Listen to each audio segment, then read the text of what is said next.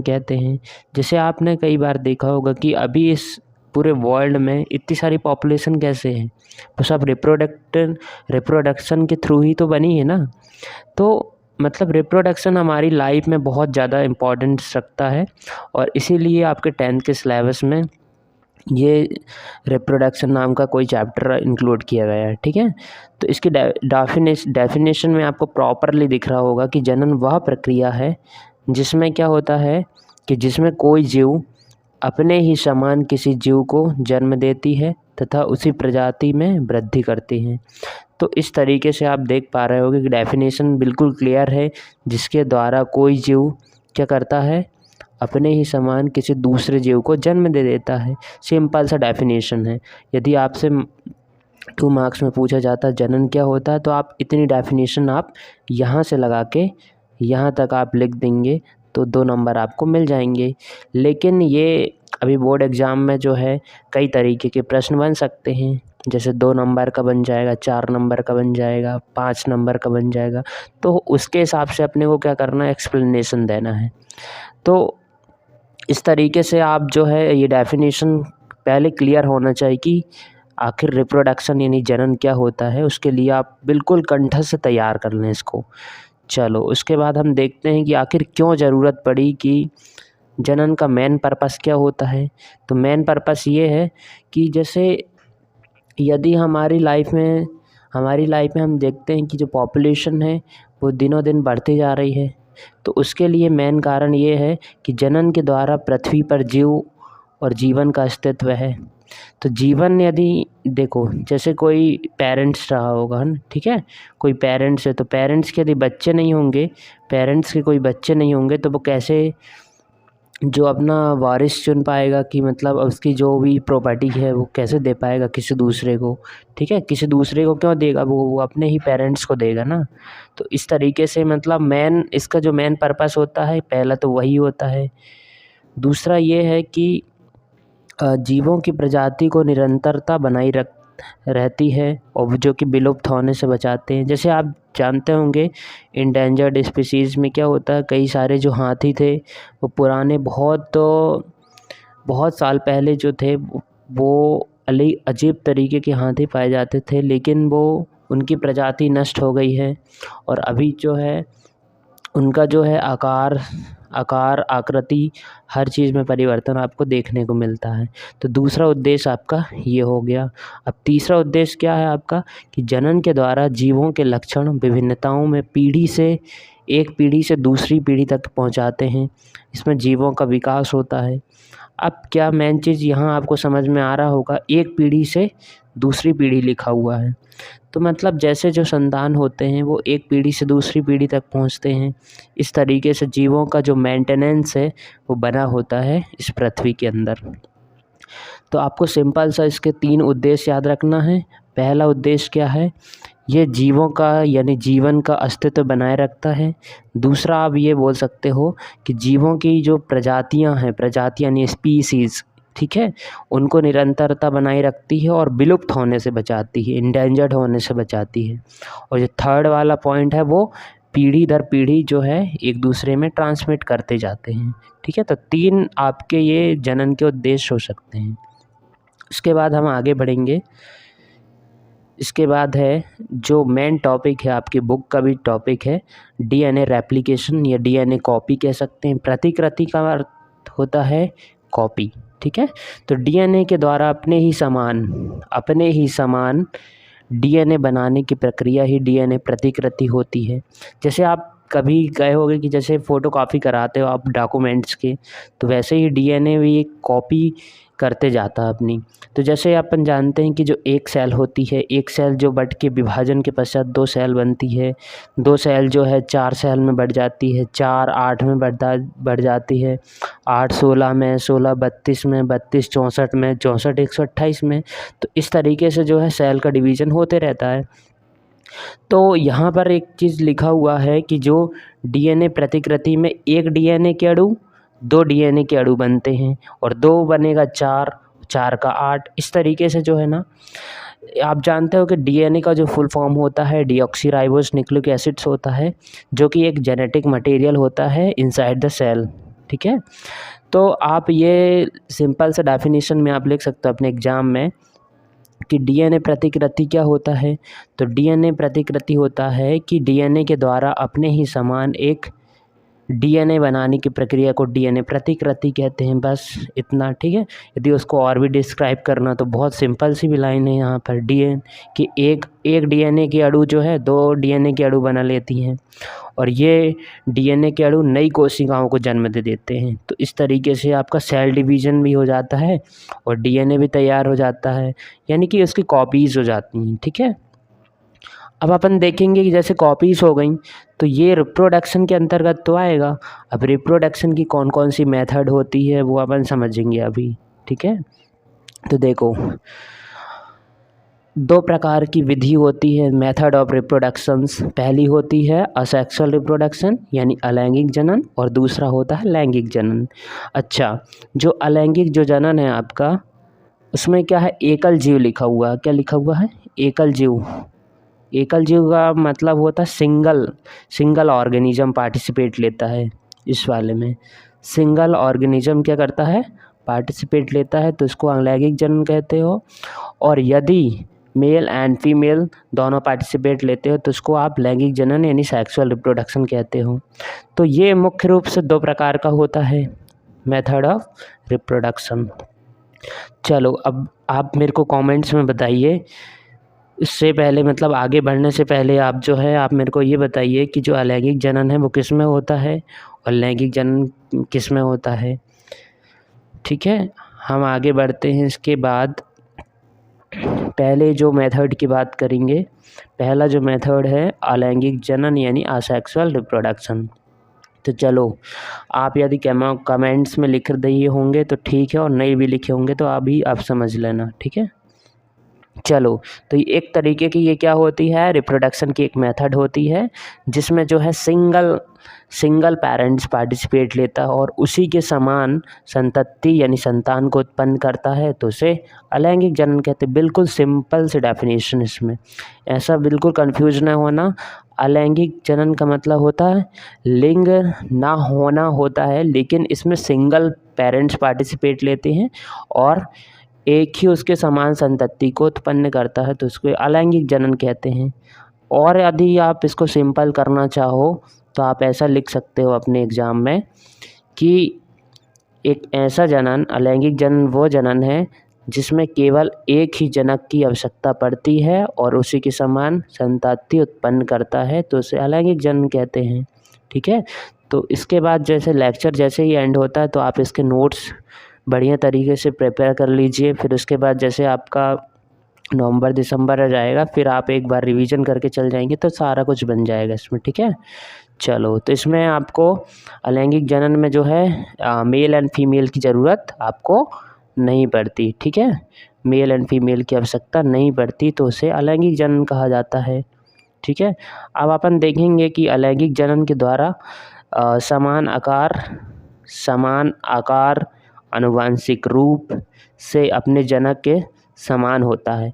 यानी इसका जो है एक ड्रॉबैक है, यानी एक कमी अपन कह सकते हैं कि इसमें समान आकार के कोई भी डिफ्रेंशिएशन नहीं आपको समझ में आएगा। जैसे आप जानते हो कि ह्यूमन बीइंग में जो सेक्सुअल रिप्रोडक्शन होता है यानी लैंगिक जनन होता है, फ्लावर्स में भी सेक्सुअल रिप्रोडक्शन लैंगिक जनन होता है। तो कई डिफरेंट टाइप्स के आपने फ्लावर्स देखे होंगे और ह्यूमन भी कई डिफरेंट टाइप्स के देखे होंगे। भले वो आकार आकृति में, भले वो सेल्स उनकी सेम हो, लेकिन उनके चेहरे की बनावट सब अलग अलग देखे होंगे। तो इस तरीके से जो है इसका जो मेन ड्रॉबैक है अलैंगिक जनन का, वो यही है कि समान आकार का होता है, समान जेनेटिक्स मटेरियल्स होते हैं और जनक के बिल्कुल एज इट इज़ सेम रहता है, ठीक है। चलो, इसके बारे में हम और भी डिटेल जानते हैं कि एकल जीव नया जीव उत्पन्न करता है। पहला पॉइंट है इसमें, एकल जीव जो है एक नया जीव उत्पन्न करता है, ये बात सत्य है। दूसरा है, नया जीव पैतृक जीव के समरूप होता है, बिल्कुल सिमिलर होता है, ये मैंने पहले बता दिया हूँ। इस प्रकार का जो जनन होता है वो सूक्ष्म जीवों में अधिक मात्रा में पाया जाता है। यानी आपको कंफ्यूज नहीं होना कि ह्यूमन बीइंग में पाया जाता है, क्योंकि ह्यूमन बीइंग जो है लैंगिक जनन करता है, लैंगिक नहीं जनन नहीं करता। ठीक है, ओके। चलिए, अब इसकी जो अपन देखेंगे कि अलैंगिक जनन जो है ये प्रमुख कौन कौन सी विधियों के द्वारा संपन्न होता है।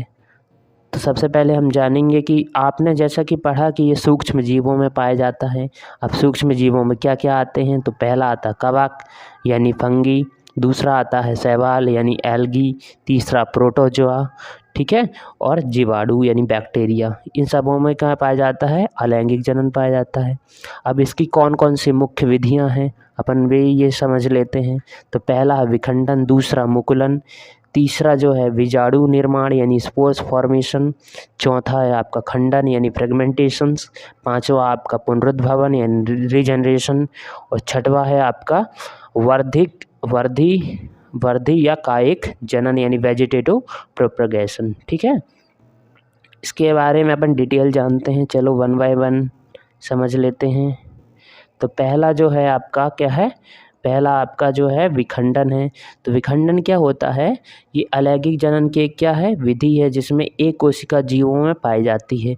एक कोशिका ही मतलब एक ही प्रकार की कोशिका। जैसे हम जानते हैं कि मानव क्या है, मल्टी सेलुलर ऑर्गेनिज्म है, लेकिन अपन देखें कि अलैंगिक जनन में एक ही प्रकार की कोशिका होती है, एक ही प्रकार की संतति उत्पन्न होती हैं, एक समरूप होता है, वो अपने एक जनक सेल से समरूप होता है, तो वो अलैंगिक जनन के अंतर्गत आता है। उसकी पहली विधि विखंडन। ठीक है, तो इसमें एक कोशिकीय जीव में पाई जाती है। तो देखो सबसे पहले इसका जो मेन एग्जाम्पल है वो अमीबा और पैरामीशियम है। ठीक है, अब क्या होता है कि जो जनक कोशिका होती है वो परिपक्व होने पर शरीर को 2 बराबर भागों में बांट लेती है। तो यहाँ आपको दिख रहा होगा, यहाँ आपको जो है दिख रहा होगा, जैसे ये जो है आपका अमीबा है। अमीबा में आप जानते हो कि फूड में जो चूड़ी पोड़िया इधर लगे होते हैं वो अपना भोजन इससे प्राप्त करता है। तो ये जो सेल्स होती हैं ये जो डिवाइड हो जाएंगी, ठीक है, आगे बढ़ जाएंगी, जाके 2 भागों में बढ़ गई। अब 2 में एक भाग ये। तो ये जो होती है, जो पेरेंट्स होते हैं ना, पेरेंट्स उसके समान होती है, ये पेरेंट्स है उसके समान ही सेल्स आगे जाके बराबर भागों में बढ़ जाती है। ये संतति कोशिका है और एक जनक कोशिका है। तो आप ऐसा समझ सकते हो। ठीक है, तो इस विधि में क्या होता है कि इस विधि में जनक कोशिका परिपक्व होने पर शरीर को 2 बराबर भागों में बांट लेती है और दोनों भाग नए जीवों को जन्म दे देता है। ठीक है, और आप इसके एग्जाम्पल अमीबा और पैरामीशियम लिख दीजिएगा। ठीक है, चलो आगे बढ़ते हैं अपन दूसरे विधि की। तो दूसरा विधि हमारा बहुविखंडन। बहु मतलब बहुत ज़्यादा अधिक मात्रा में विखंडन हो जाना, तो उसे कहा जाता है बहुविखंडन। उदाहरण है प्लाज्मोडियम। ठीक है, तो प्लाज्मोडियम का ये सेल है, सेल में केंद्रक पाया जाता है इनसाइड द सेल। ठीक है, केंद्रक न्यूक्लियस पाया जाता है। ये जनक कोशिका यानी पेरेंट सेल है। यहाँ पर साइटोप्लाज्म भरा होता है जो कि कोशिका द्रव कहलाता है। अब आगे क्या होता है, जैसे एक न्यूक्लियस दिख रहा होगा आपको, ये फर्दर डिवाइड हो गया क्या है, कई सारी कोशिकाओं में विभाजित हो जाता है और कई सारी कोशिका में विभाजित होकर ये संतति कोशिका बना लेती है। ठीक है, इस तरीके से आप बता सकते हो कि बहुखंडन कैसे होता है। लेकिन इसको आपको लिखना है ना एग्ज़ाम में, तो आप कैसा लिखोगे, अलैंगिक जनन में कोशिका कई संतति कोशिकाओं में टूटकर एक से अधिक नए जीवों को उत्पन्न कर देती है। ठीक है, तो जो एक सेल्स थी वो कई सेल में बटी, अब जो कई सेल हैं वो अलग अलग हो जाएंगे, इसमें डिस्पर्सल हो जाएगा इसका, यानी ये बाहर से जो है अलग हो जाएगा, इसके से न्यूक्लियस अलग निकल जाएंगे, तो वो अपने आप में क्या करेंगे, ग्रोथ करते जाएंगे और हर एक नया जीव बनते जाएगा। ठीक है, तो इस तरीके से बहुविखंडन किसमें होता है, प्लाज्मोडियम में होता है। आगे अपन और डिस्कस करने वाले हैं मुकुलन की। तो मुकुलन होता क्या है, तो मुकुलन मैं बता दूं आपको, इसका बेस्ट एग्जाम्पल है, मुकुलन का जो है बेस्ट एग्जाम्पल आप देख सकते हो हाइड्रा। ये पानी में पाया जाने वाला एक ऐसा जीव है, एक कोशिकीय जीव है। अब इसमें आप ध्यान से देखिएगा, इसमें जो है एक खांच जैसी आकृति आपको दिख रही होगी यहाँ पर ये। ठीक है। तो ये आकृति जो क्या करती है, जैसे ऐसी ग्रोथ करी, काफ़ी बड़ी मात्रा में बढ़ जाती है, और ये इसकी जनक कोशिका है, और ये क्या है, इसकी संतति कोशिका। जब ये आगे बढ़ जाती है तो एक नया हाइड्रा का निर्माण हो। साइड में देखिए आपको कॉर्नर पे एक नया हाइड्रा आपको दिख रहा होगा, ठीक है। तो ये काय में पाया जाता है, मुकुलन हाइड्रा में पाया जाता है। अलैंगिक जनन की एक विधि है ये। तो परिपक्व होने के बाद शरीर में एक उभार पाया जाता है ना, इसको उभार कहेंगे, इसको वर्ड्स यानी उभार कहेंगे, ठीक है। और अपने ही समान संतति उत्पन्न करके जो पुराना वाला जो जीव होता है वो नष्ट भी हो जाए तो उससे कोई मतलब नहीं है उसको, ठीक है। वो अपने ही समान एक नए जीव को उत्पन्न कर देता है, यही प्रक्रिया आपकी मुकुलन कहलाती है। नेक्स्ट आता है आपका बीजाणु निर्माण यानी कि स्पोर्स फॉर्मेशन, ठीक है। स्पोर्स फॉर्मेशन में होता क्या है, इसका जो एग्जाम्पल आप जो है राइजोपस ले सकते हो। एक राइजोपस एक फंजाई होती है, इसमें जो है ये बड जैसे आपको दिख रहे होंगे, तो स्पोर्स भरे हुए हैं। जब ये स्पोर्स डिस्पर्सल होते हैं यानी फूट जाते हैं तो इनके जो बीजाणु होते हैं वो अलग अलग जगह पे चले जाते हैं और ग्रोथ कर लेते हैं, और इसी के समान राइजोपस तैयार हो जाता है।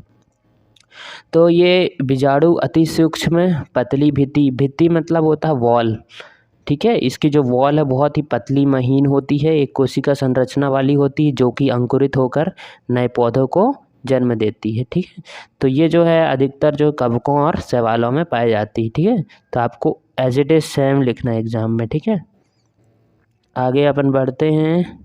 इसके बाद आता है, जैसे आपने घरों में छिपकलियाँ देखे होंगे ना, लिजर्ड, तो उसमें क्या होता है, जैसे उसकी पूँछ जो होती है कुछ समय के बाद जो है वो अब टूट के गिर जाती है, फिर से आप देखोगे तो कुछ समय बाद फिर से एक उसकी अलग से पूँछ आ जाती है, तो उसमें पुनरुद्भवन की क्षमता पाई जाती है, ठीक है। एक अपना जो शरीर का एक ऐसा ऑर्गन है जिसका नाम है लीवर, ठीक है।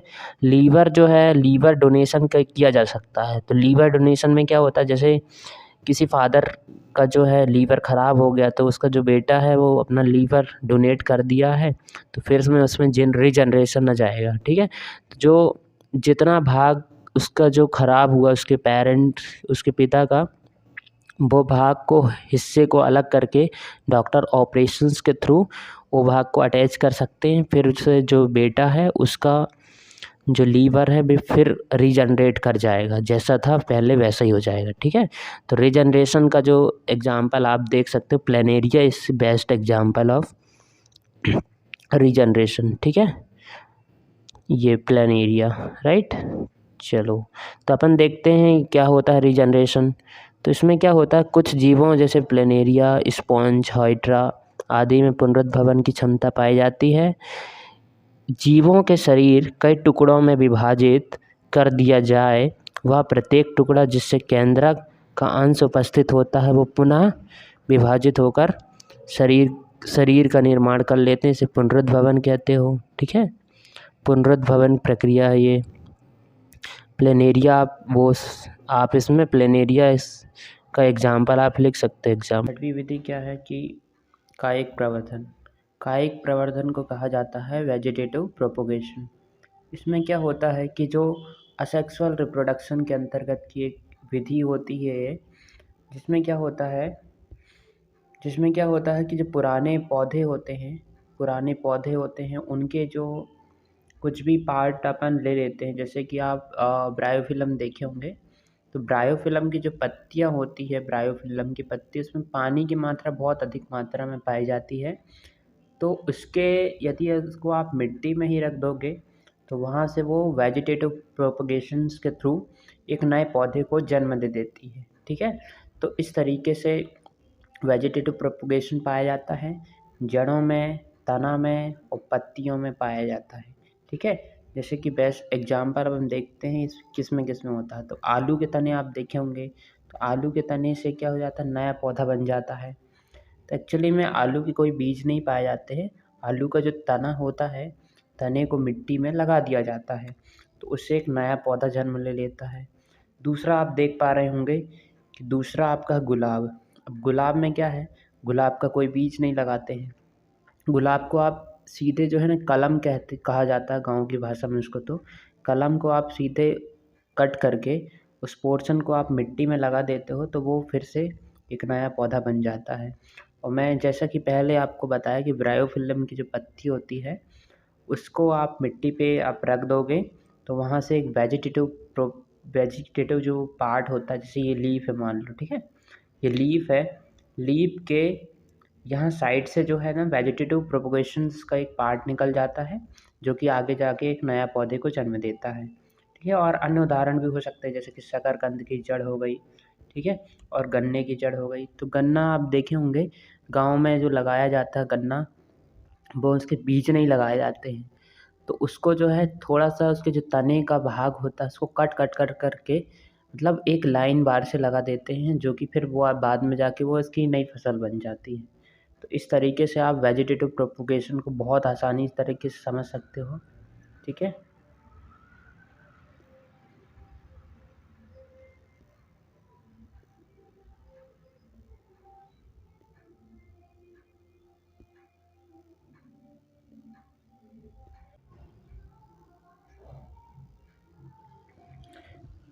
इसके बाद समझते हैं लैंगिक जनन क्या होता है।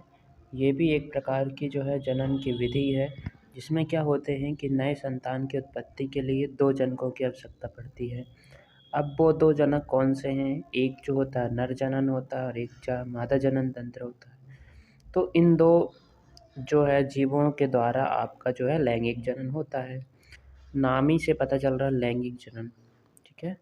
तो आप इतना सा डेफिनेशन यहाँ से यहाँ तक के आप बिल्कुल अच्छे से डिस्क्राइब कर सकते हैं अपने एग्ज़ाम में। उसके बाद क्या है कि इस विधि में नर एवं मादा युग्मों का निर्माण करते हैं तथा दोनों युग्मों को मिलने से एक नए जीव का निर्माण हो जाता है, ठीक है। जैसा कि आपको मैं पहले ही बता चुका हूँ कि जो है जनन की 2 विधियाँ हैं, अलैंगिक जनन और एक लैंगिक जनन। लैंगिक जनन के अंतर्गत हमने पूरा डिस्क्राइब कर दिया है। अब बात आती है लैंगिक जनन की, ठीक है। अब लैंगिक जनन में जैसा कि आप लिखा हुआ नर और मादा 2 युग्मक की आवश्यकता पड़ती है। और जब ये जो नर और मादा के जो युग्मक होते हैं, जैसे कि आप जानते हो कि नर में स्पर्म्स और मादा में ओवरी पाया जाता है, तो इन दोनों को मिलने से जो है फर्टिलाइजेशन की प्रक्रिया होती है। इनका मिलना ही फर्टिलाइजेशन कहलाता है, ठीक है। अब बात करेंगे कि जो लैंगिक जनन होता है, सेक्सुअल रिप्रोडक्शन होता है, इसके क्या-क्या लाभ हैं। देखते हैं अपन इसके क्या-क्या लाभ है। तो सबसे पहले आप देखेंगे यहाँ पर आपको मिलेगा पहला कि जो लैंगिक जनन होता है के द्वारा संतान आनुवांशिक दृष्टि से भिन्न होती है। जैसे इसमें 2 जीव के जो युग्मक हैं वो आपस में मिल रहे हैं, ठीक है, नर और मादा के, तो उसके जो है जेनेटिक कोड में ना डिफरेंस आ जाता है, ठीक है। तो इस तरीके से एक पहला लाभ हो सकता है इसका। दूसरा इससे जो है एक चीज़ और है कि इससे समष्टि उत्पन्न करने में सहायता मिलती है, यानी कि जो पॉपुलेशन होती है वो उसको इंक्रीज़ करने में काफ़ी मदद मिलती है। दूसरा है लैंगिक जनन के फलस्वरूप जीवों का विकास होता है। अब जीवों का विकास जो है क्यों होता है जीवों का विकास? क्योंकि ऐसे जनन से जीवों में पीढ़ी दर पीढ़ी विभिन्नताएँ पाई जाती है। अब ये विभिन्नताएँ चीज़ क्या होती है? विभिन्नता यानी होता है वेरिएशंस। क्या होता है? वेरिएशंस। तो वेरिएशंस में क्या होता है कि मान लो की बात जो संतान उत्पन्न हुआ है उसमें जो एक गुण जो है पेरेंट्स में मदर के हैं और एक गुण जो है वो आपका जो है पेरेंट्स में एक माता का है एक पिता का, दोनों गुण मौजूद होते हैं। तो ये दूसरा लाभ हो सकता है लैंगिक जनन का, ठीक है। तो एग्ज़ाम में यदि आपसे पूछा जाता है लैंगिक जनन को समझाइए और उसके लाभ बताइए, तो आप इसमें 2 लाभ आसानी से आप लिख सकते हो, ठीक है। इसके बाद हम बात करेंगे कि जैसा कि मैं पहले बताया था कि प्लांट और ह्यूमन बीइंग्स में लैंगिक जनन पाया जाता है। तो लैंगिक जनन में उसके अपन देख लेते हैं कि कौन-कौन से ऐसे जो अंग होते हैं जो कि अ, पौधे के जो फूल होता है, फूल यानी फ्लावर होता है, उसमें कौन-कौन से ऐसे पार्ट होते हैं जो लैंगिक जनन के लिए ज़िम्मेदार होता है। तो पहला है बाह्यदल, दूसरा है दल। बाह्यदल को अपन सेपल कहते हैं और दल को अपन पेटल कहते हैं। तीसरा स्त्री केसर जो होता है ये जो है फीमेल पार्ट होता है ये फीमेल पार्ट होता है और ये जो है पुंकेसर होता है जो एम यानी मेल पार्ट होता है, ठीक है। अब पहला अपन बात करेंगे जो बाह्यदल होता है। बाह्यदल आपको दिख रहे हैं हरे कलर, जैसे कोई भी आप फ्लावर तोड़ते होंगे तो उसमें जो बाहर तरफ जो ग्रीन कलर के छोटी छोटी पत्तियां जैसे जो दिखते हैं वो होते हैं बाह्यदल। और जो बड़े अलग अलग कलर के होते हैं, जैसे रेड कलर का हो गया, रेड कलर का हो गया, ठीक है, क्रीम कलर का हो गया, वाइट कलर का हो गया, ये बड़ी बड़ी जो पंखुड़ियाँ दिखाई देती है उसको आप दल कहते हो, यानी पेटल कहते हो। और एक स्त्री केसर आता है। जैसे आप जासमन का फ्लावर तो आप सभी ने देखे होंगे, तो जासमन के जो फ्लावर होता है उसमें जो ऊपर वाला जो पोर्शन होता है वो नीचे से लगा के, जो ओवरी से लगा के यहाँ तक जो पार्ट होता है वो होता है स्त्री केसर, यानी female part of the flower. और उसके जो है, जैसे ये जो है स्त्री केसर वाला जो पार्ट है, इसके ऊपर तरफ जो, एक मिनट,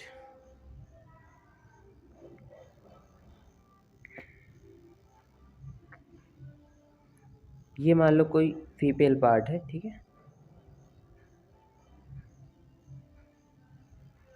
ये फीमेल पार्ट है। फीमेल पार्ट में ऐसे लगे हुए होते हैं, उसको स्टैमेन कहा जाता है, ठीक है, इनको स्टेमन कहा जाता है। तो आप तीन चारों चीज़ों को पढ़ लिए हैं। तो एक फ्लावर के डायग्राम में सबसे महत्वपूर्ण अंग ये चार अंग ही होते हैं, ठीक है। अब स्त्री केसर के बारे में लिखा हुआ वो पढ़ लेते हैं अभी अपन लोग, ठीक है। ये मादा जनन अंग होता है जिसमें मादा युग्मज का निर्माण होता है, और मादा युग्मज में आपकी ओवेरी आती है, ठीक है।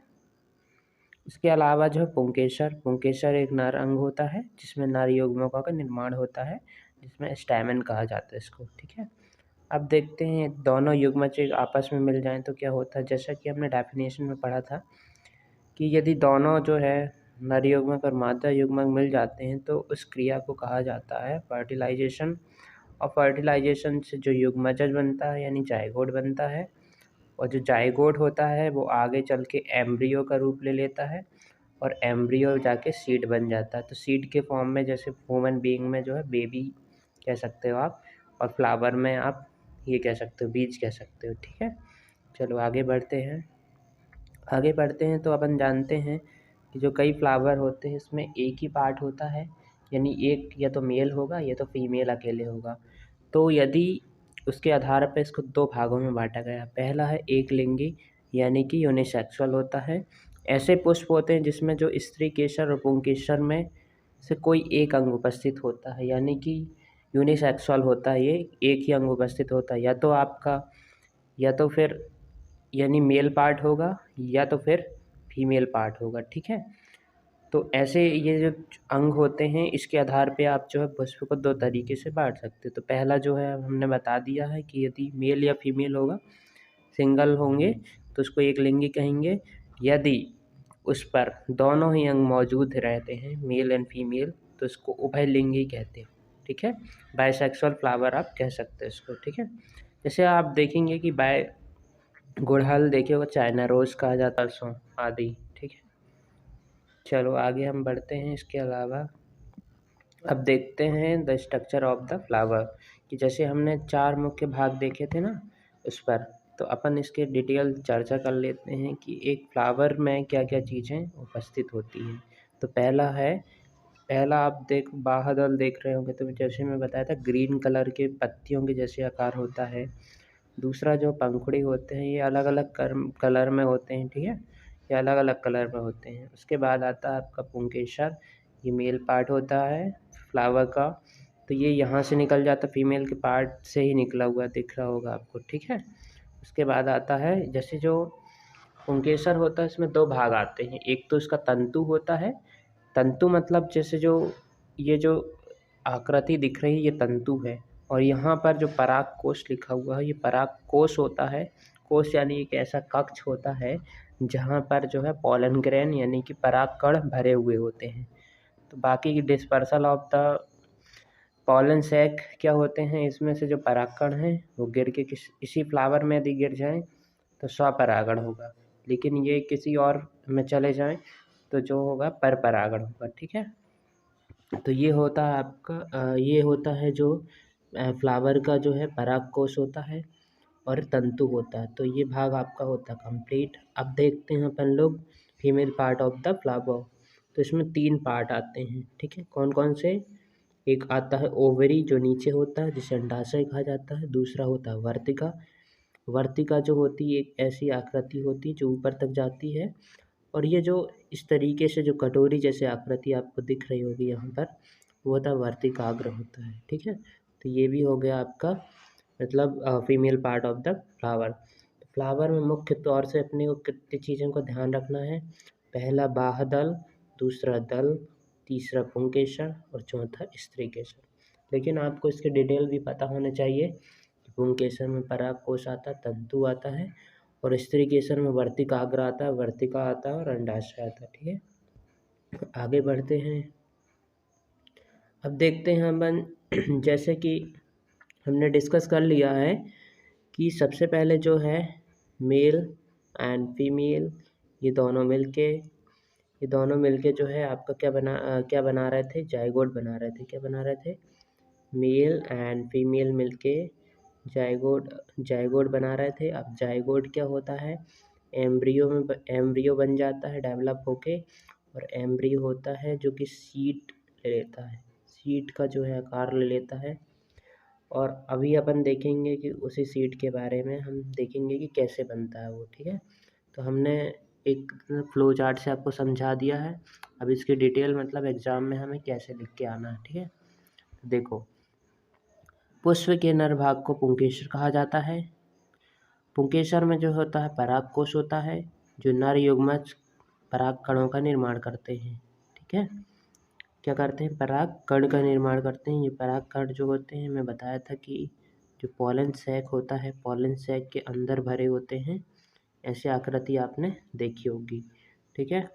उसके बाद आता है जो पराग कण होता है वो हवा, पानी, कीटों आदि के द्वारा मादा के स्त्रीकेसर के वर्तिकाग्र भाग ऐसे होता है। देखो अब ध्यान से, ये ऐसा होता है। अब यहाँ से जो पॉलन ग्रेन है वो टूट के जो है डिस्पर्सल होके जो है इसके वर्तिकाग्र में गिर जाएंगे।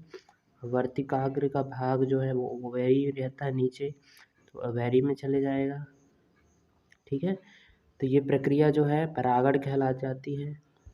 परागण यदि आपसे पूछा जाता है क्या है, तो आपको बताना है कि जो नर युग्मज है उसका परागकण हवा, पानी, कीटों के माध्यम से यदि उसी पौधे के वर्तिकाग्र या दूसरे पौधे के वर्तिकाग्र में जाके गिरे और निषेचन की प्रक्रिया हो तो उसे परागण कहा जाता है, ठीक है।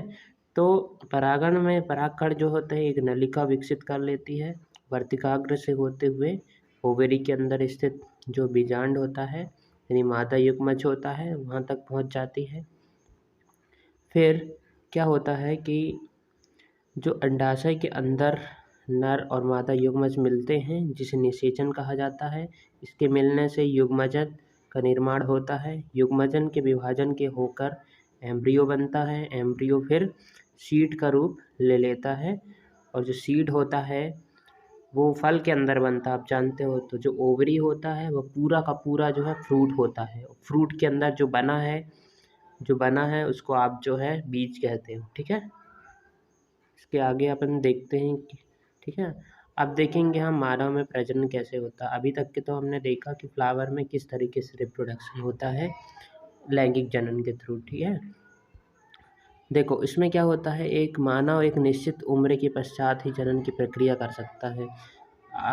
दोस्तों जैसे कि आपने जानते होंगे कि पुराने समय में जो है बालिका जो बाल विवाह हुआ करता था, तो बाल विवाह में जो है उनकी जो एज थी 12 से 15 साल की उम्र में उनका विवाह कर दिया जाता था। लेकिन अभी जो है ये जागरूक होने के कारण जो है हमने मतलब उनकी एज जो है 18 या फिर 18 से 25 के बीच रखी हुई है, ठीक है। तो इस उम्र में मतलब वो जनन के लिए सक्षम हो सकती हैं। तो इसमें क्या होता है कि एक एज आता है यानी 12 से लगाकर जो है 18 तक के जो एज आता है जिसको आप जो है किशोरावस्था कहते हैं, एडोलेसेंस एज कहते हैं। उसमें शारीरिक चेंजेस आते हैं क्योंकि हार्मोनल्स का चेंज आपको शरीर में देखने को मिलता है, ठीक है। उसी जो अवधि को कहा जाता है यौनारंभ। यौनारंभ मतलब एडोलेसेंस स्टेज, ठीक है। इसमें मानव में प्रजनन के लिए एक विकसित जनन तंत्र पाया जाता है नर और मादा जनन तंत्र नर और मादा युग्मजों का निर्माण करते हैं। जैसे नर युग्मज होता है शुक्राणु यानी स्पर्म, और मादा युग्मज होता है अंडाणु यानी कि ओवरी। ठीक है, तो जो स्पर्म्स होते हैं और ओवरी होती है उनको मिलने की प्रक्रिया को निषेचन कहा जाता है। ये लाइन बार बार रिपीट हो रही है, इसका मतलब ये इम्पॉर्टेंट है। ठीक है, आगे हम देखते हैं क्या है। ठीक है, अब क्या है, निषेचन के पश्चात जो है युग्मज बना, यानी युग्मज को आप इंग्लिश में जाइगोट कहते हो। क्या कहते हो? जाइगोट। अब जो जाइगोट बना वो बाद में जाकर जो है विकसित होकर जो है भ्रूण यानी कि एम्ब्रियो बन जाता है। क्या बन जाता है? एम्ब्रियो बन जाता है। ठीक है, और एम्ब्रियो का जब विकास होता है तो जो है 9 महीने तक होकर एक शिशु का रूप ले लेता है और जन्म हो जाता है। ठीक है, डिलीवरी हो जाती है। ठीक है, तो इस तरीके से जो है किसमें, मानव में प्रजनन होता है। ठीक है, अब आगे अपन पढ़ते हैं। अब इसका जो है एक फ्लो चार्ट दिया गया है कि जो मादा जनन तंत्र है उसमें जो मानव जनन तंत्र है उसको 2 भागों में बांटा गया। पहला नर जनन तंत्र और दूसरा मादा जनन तंत्र। अब जो पहला है मादा जनन तंत्र उसमें आता है वृषण, ऐसा लिखना, ये थोड़ा सा गलत लिखा हुआ है, वृषण। ठीक है, वृषण, तो पहला है वृषण। ठीक है, अब दूसरा है आपका शुक्रवाहिनी और तीसरा आपका मूत्र मार्ग। ठीक है, और उसी तरीके से मादा जनन तंत्र में आप देखेंगे अंडाशय यानी ओवरी। ठीक है, अंडवाही का मतलब फैलोपियन ट्यूब्स। ठीक है, और गर्भाशय मतलब होता है यूटेरस, और 4th नंबर है योनि यानी वेजाइना। ठीक है, तो ये आपको ध्यान में रखने, ये सब इसके अंतर्गत आते हैं। तो नर जनन तंत्र पूछा जाए तो इसके 3 मुख्य भाग, मादा जनन तंत्र पूछा जाए तो इसके मुख्य 4 भाग। ठीक है, आगे बढ़ते हैं। अब पहले बात करते हैं नर जनन तंत्र में। ठीक है, जिस तरीके से हमने इसके 3 भाग देखे उस 3 भाग में कौन कौन से भाग आते हैं ये देख लेते हैं अपन। ठीक है, तो पहला जो भाग हमने देखा था वो क्या देखा था, सबसे पहले आप शुक्राशय कह सकते हो, दूसरा आप नंबर रख सकते हो शुक्रवाहिनी, और तीसरा आप मूत्र मार्ग। ठीक है, तो सबसे पहले हम देखते हैं कि ये जो आपको जो मूत्राशय दिख रहा होगा यहाँ पर जो है यूरिन कलेक्ट हो जाता है किडनी से, जो प्योर होकर जो किडनी का जो अनवांटेड तरीके का जो वाटर होता है जिसे अपन यूरिन कहते हैं वो बाहर निकलने के लिए तैयार हो जाता है। लेकिन कुछ समय के लिए ये जो किडनी से निकलकर जो है ये जो मूत्राशय है यानी यूरिनरी ब्लैडर यहाँ पर आके स्टोर हो जाता है, और आगे जो है ये एक मूत्र मार्ग थ्रू बाहर निकल जाता है। ठीक है, उसी तरीके से जैसा आप देखेंगे शुक्राशय क्या होता है, तो शुक्राशय जो होता है वो सबसे पहले जो है शुक्राशय यहाँ बनते हैं, यानी इसको वृषण कहा जाता है। वृषण वाला भाग होता है जो कि शुक्रवाहिनी के थ्रू प्रोटेस्ट ग्लैंड से होते हुए मूत्र मार्ग से भी बाहर निकल जाता है। ठीक है, और एक प्रोटेस्ट ग्रंथि पाई जाती है।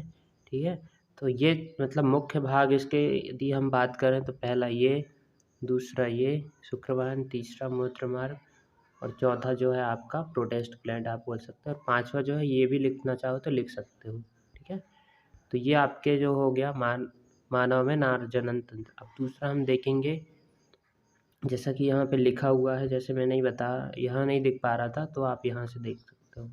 ठीक है, चलो नेक्स्ट हम बात करते हैं मादा जनन तंत्र की, यानी फीमेल रिप्रोडक्टिव ऑर्गन्स यानी फीमेल रिप्रोडक्टिव सिस्टम की बात करते हैं। तो इसके अपन 4 भाग देखे थे। ठीक है, पहला भाग क्या था, पहला भाग था ओवरी, दूसरा भाग था फैलोपियन ट्यूब्स, और तीसरा भाग था यूटेरस, और चौथा भाग था वेजाइना।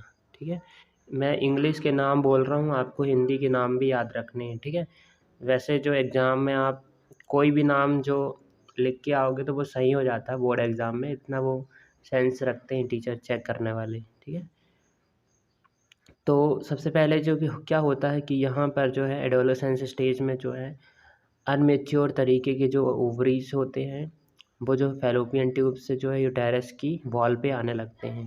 ठीक है, यूटेरस की वॉल ये यूटेरस का पार्ट होता है।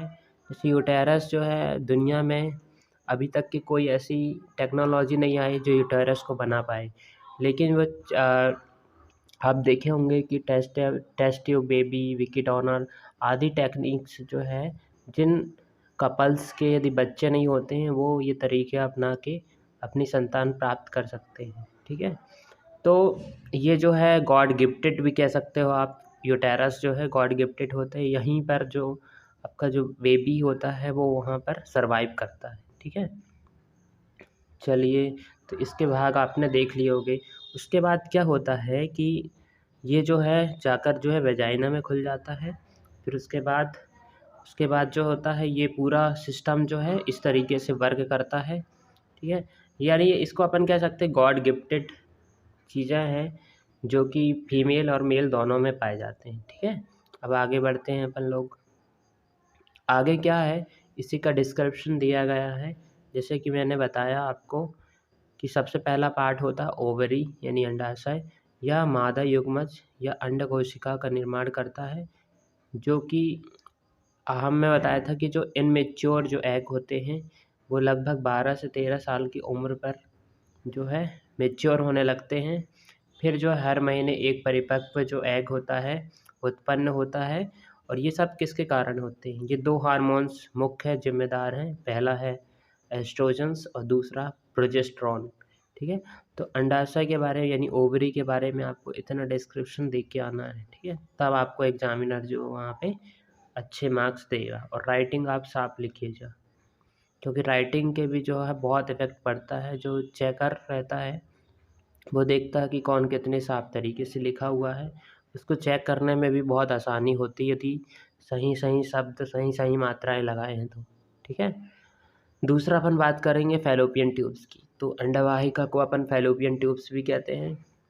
यहाँ जो होता है यानी जो एग होता है और जो स्पर्म्स होता है, जब दो जो है मिलते हैं तब जो इस प्रक्रिया को कहा जाता है निषेचन। उसके बाद आता है आपका तीसरा नंबर, जिसका नाम है आपका यूटेरस। तो यूटेरस जो है एक थैलीनुमा संरचना होती है, जहाँ पर जो है बेबी का विकास होता है, जो कि जाके वेजाइना में खुलता है। ठीक है, आगे हम बात करेंगे इसके बाद कि जैसे अभी तक की हमने प्रोसेस में देख लिया है कि फर्टिलाइजेशन हो रहा था। फर्टिलाइजेशन से जो था वो जाइगोट बन रहा था, जाइगोट से एम्ब्रियो बन रहा था, एम्ब्रियो से बेबी बन जा रहा था। लेकिन जब जो है एग सेल का जब निषेचन होता है वो बहुत ही थोड़ी सी कॉम्प्लिकेटेड प्रक्रिया होती है, इतना जल्दी आसानी से नहीं हो पाती है। तो उसके लिए क्या होता है कि इसमें जैसे कि कई सारे जो स्पर्म्स होते हैं वो एक ओवरी के अंदर आने में उनको बहुत सारी कठिनाइयों का सामना करना पड़ता है, तब जाके जाइगोट बनता है। तो जैसे हज़ारों करोड़ों जो है स्पर्म्स हैं, यदि वो एक यदि सब वो जाना चाहें तो नहीं जा पाते हैं, क्योंकि वो बाहर की जो दीवारें होती है वो केवल और केवल एक ही स्पर्म्स को अंदर कर पाती है। ठीक है, इस तरीके से जो है इसमें विभेदन की क्षमता पाई जाती है। तो केवल एक ही स्पर्म विभेद कर पाता है, बाकी के सब नष्ट हो जाते हैं। अब एक जो नया टर्म आया है जिसका नाम है अपरा यानी प्लेसेंटा। तो जब क्या होता है कि जब अपरा जो होता है वो गर्भाशय के दौरान गर्भाशय के अंदर विकसित होने वाली एक संरचना होती है, जिसे गर्भनाल के द्वारा शिशु से जुड़ी होती है। इससे जो है माता जो है अपने बेबी को जो है ऑक्सीजन्स और न्यूट्रिशंस प्रदान करता है। और इसके अलावा जो अपरा होता है वो भ्रूण के द्वारा जो उत्पादित जो अपशिष्ट पदार्थ होता है उसका भी निपटारा करने में काफ़ी सहायक होता है। जैसे आप जानते हो कि आप सोच के देखो कि एक माँ के जो अंदर जो है बेबी किस तरीके से सरवाइव कर पा रहा है ना? तो एक जो है एक बॉल पाई जाती है जिसे आप प्लेसेंटा कहते हो। प्लेसेंटा से इसको न्यूट्रिशन भी मिलता है, प्लेसेंटा से इसको ऑक्सीजन भी मिलता है। प्लेसेंटा जो करती है एक जो गर्भनाल होती है वो होता है जैसे कि जो बेबी के शरीर में जो भी अपशिष्ट है उस अपशिष्ट को निकालने का काम करता है। तो अपरा का बहुत ही जो है यूज़फुल क्या कह सकते हैं अपन, यूज़फुल रोल होता है एक, मतलब बेबी में कि वो किस तरीके से सरवाइव कर पा रहा है। ठीक है, इसके बाद हम देखेंगे इसमें नोट में लिखा हुआ है कि जो अंडे के निषेचन से लेकर शिशु के जन्म तक का समय गर्भकाल कहलाता है। क्या कहलाता है? गर्भकाल, यानी कि इसको आप जो है प्रेग्नेंट पीरियड कह सकते हो। ठीक है, इस अवधि में लगभग 9 समय का टाइम लगता है। 9 समय के बाद बेबी जो है उसकी डिलीवरी हो जाती है। ठीक है, उसके बाद हम जानेंगे कि जिस तरीके से निषेचन जो होता है वो यूज़फुल है, लेकिन कई कई स्टेजेस में जो है ये हमारे लिए ख़तरनाक हो सकता है। अब ख़तरनाक कैसे हो सकता है, उसका प्रिवेंशन हम कैसे कर सकते हैं, वो समझेंगे आप। ठीक है, तो सबसे पहले अपन जनन स्वास्थ्य यानी कि रिप्रोडक्टिव हेल्थ के बारे में बात करेंगे। रिप्रोडक्टिव हेल्थ के बारे में बात करेंगे। ठीक है, यहाँ पे तो क्या होता है कि जनन स्वास्थ्य का अर्थ होता है कि जनन से संबंधित सभी पहलुओं, नए जैसे शारीरिक हो गया यानी कि फिजिकल हो गया, मानसिक हो गया, मेंटल हो गया, सोशल हो गया और एक बिहेवियर्स हो गया। तो ये सब रूप से जो है आपको क्या करना होता है, अपने जनन स्वास्थ्य का ध्यान रखना होता है। तो पहला जो है उससे जो यदि आप जनन स्वास्थ्य का ध्यान नहीं रखेंगे तो आपको यौन संचरित रोग हो सकता है, जैसे कि एसटीडी कहा जाता है, सेक्सुअली ट्रांसमिटेड डिसीजेस का फुल फॉर्म है। अनेक रोगों का जो लैंगिक संचरण भी हो सकता है, जैसे कुछ जीवाणु जो होते हैं, कुछ विषाणु जो होते हैं, जनित रोग यौन क्रिया के द्वारा संचारित होती है। अब ऐसे कौन कौन से रोग हैं जो कि जीवाणु के द्वारा और विषाणुओं के द्वारा होते हैं? तो पहला आप देखेंगे यहाँ पर जीवाणु द्वारा जनित गोनेरिया और दूसरा सेफेलिस, विषाणु द्वारा जनित मस्सा और एड्स। एड्स का जो फुल फॉर्म होता है वो amino acquired immuno deficiency syndrome, इस एक्वायर्ड आइसोइम्यूनो डेफिशिएंसी ऐसे सिंड्रोम। ये जो है यौन संचरित रोग होते हैं विषाणु के द्वारा जनित, और ये होते हैं जीवाणु के द्वारा जनित।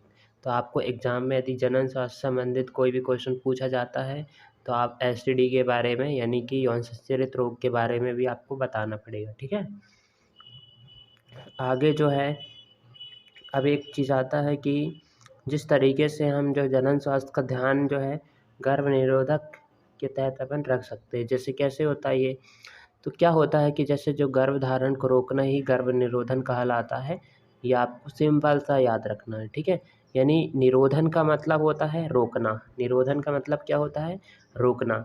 अब इसके कई सारे उपाय हो सकते हैं, जैसा कि इसके उपाय में आप जो है पहला यांत्रिक अवरोध लिख सकते हो। जो दूसरा यूज़ है आपका, दूसरा जो टेक्निक है उसका नाम लिख सकते हो आप क्या, रासायनिक तकनीक। ठीक है, और उसके बाद तीसरा प्रकार है शल्य चिकित्सा द्वारा, शल्य चिकित्सा तकनीक के द्वारा आप इनका अच्छे से फॉलो कर सकते हो। ठीक है, अब देखते हैं वन बाय वंस क्या कहता है, आप डिटेल में समझना इसको क्या चीज़ चाहिए।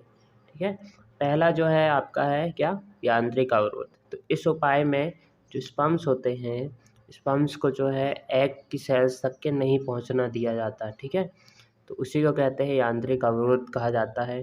तो जिससे निषेचन की जो क्रिया होती है नहीं हो पाएगी और गर्भधारण यानी प्रेगनेंसी भी नहीं हो पाएगी। तो इसके लिए कई सारे जो जैसे चीज़ यूज़ करते हैं लोग, जैसे आप जो कॉन्ट्रासेप्टिव का यूज़ करते हो, दूसरा जो सर्वाइकल कैप का यूज़ करते हैं, तो इससे जो है एक तरीके का ये यांत्रिक रोग के द्वारा जो है किसको रोका जा सकता है, अपने को ये जो गर्भधारण को रोका जा सकता है। जैसे आप देखे होंगे कि इंडिया की पॉपुलेशन जो है सेकंड पॉपुलेशन, वर्ल्ड का सेकंड पॉपुलेटेड कंट्री है।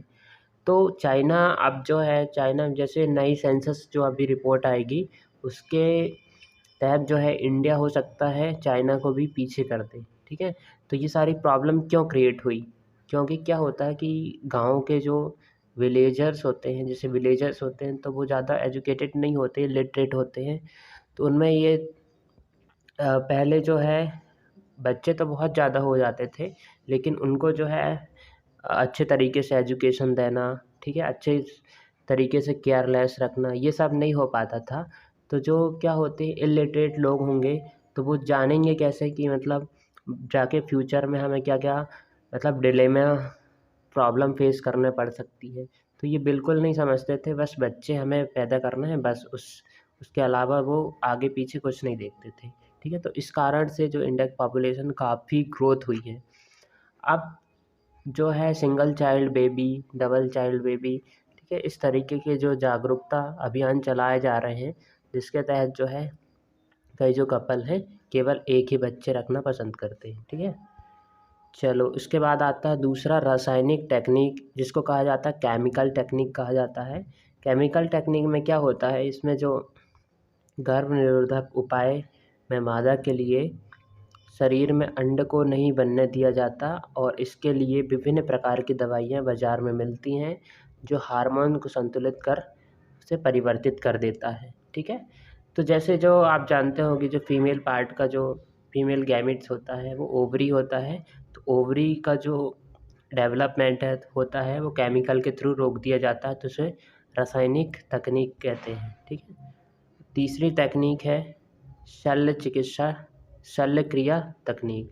अब शल्य चिकित्सा तकनीक में क्या होता है कि इस तकनीक के द्वारा जो है महिला हो या पुरुष हो, ठीक है, जैसे महिलाओं में जो है वो अंडाणु और जो पुरुषों में है शुक्राणु बनते हैं, तो उनको रोक दिया जाता है। अब कैसे रोक दिया जाता है, तो पहला है ट्यूबेक्टॉमी, वैसेक्टॉमी है पहला, और दूसरा है ट्यूबेक्टॉमी के थ्रू। तो जो वैसेक्टॉमी होता है वो मेंस में होता है, यानी पुरुषों में किया जाता है।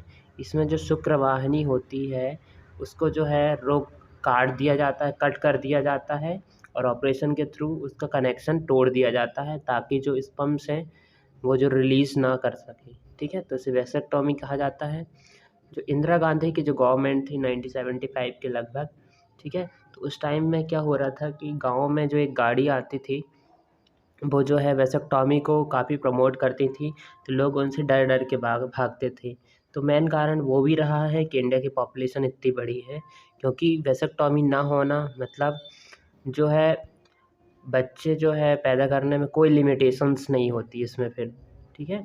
तो यदि वैसेक्टॉमी कराते हैं तो जो आपका जो स्पर्म्स होता है उनका कनेक्शन टूट जाता है, तो जब स्पर्म्स ओवरी से नहीं मिल पाएगा तो कैसे उसमें फर्टिलाइजेशन होगा, ठीक है। उसी तरीके से जो टेबिक्टॉमी होता है वो किस में होता है, वो जो है वुमेन में होता है। उसमें क्या होता है, जो उसका जो फैलोपियन ट्यूब्स है उसको बंद कर दिया जाता है, अवरुद्ध कर दिया जाता है, ताकि जो ओवरी है वो जो है यूटेरस तक ना पहुंच पाए। तो ये क्रिया कहलाती है टेबिक्टॉमी, ठीक है। ये दो आप देख सकते हो कि जो यहाँ से हमने पढ़ना शुरू किया था गर्भ निरोधक क्या है और उसकी कितनी सारी टेक्निक है। तो 3 टेक्निक, पहला यांत्रिक अवरोध, दूसरा रासायनिक तकनीक और तीसरा है शल्य चिकित्सा तकनीक। और शल्य चिकित्सा में 2 चीज़ आती है, एक वैसेक्टॉमी और दूसरा ट्यूबेक्टॉमी आती, ठीक है। अब लास्ट स्लाइड है ये, तो भ्रूण हत्या के बारे में बात करेंगे, ठीक है। आपने गाँव में तो बहुत सुना होगा, गाँव में नहीं, ये जो लिटरेट लोग होते हैं ना वो भी ये करते हैं, ठीक है। कि जैसे अभी आप देखते होंगे कि जो जो 2 कपल हैं, ठीक है, अब 2 कपल में से अब उनके क्या हो रहे हैं कि जो उनकी बेबी हो रही हैं या तो वो गर्ल्स होगी या तो फिर वो बॉयज़ होगी। ऐसा निर्धारित नहीं है कि मतलब गर्ल्स ही होगी, या ऐसा निर्धारित नहीं है कि बॉयज़ होगा, ठीक है।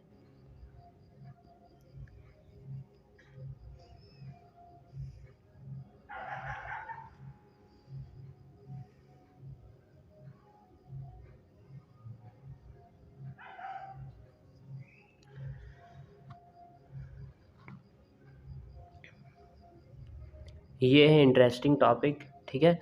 और ये टॉपिक जो है ये आपने अपने समाज में, अपने मोहल्ले में, अपने गली में, आप हर जगह ये देखे होंगे कि क्या होता है कि ये जो एक ऐसी टेक्निक है जो इसमें क्या करते हैं कि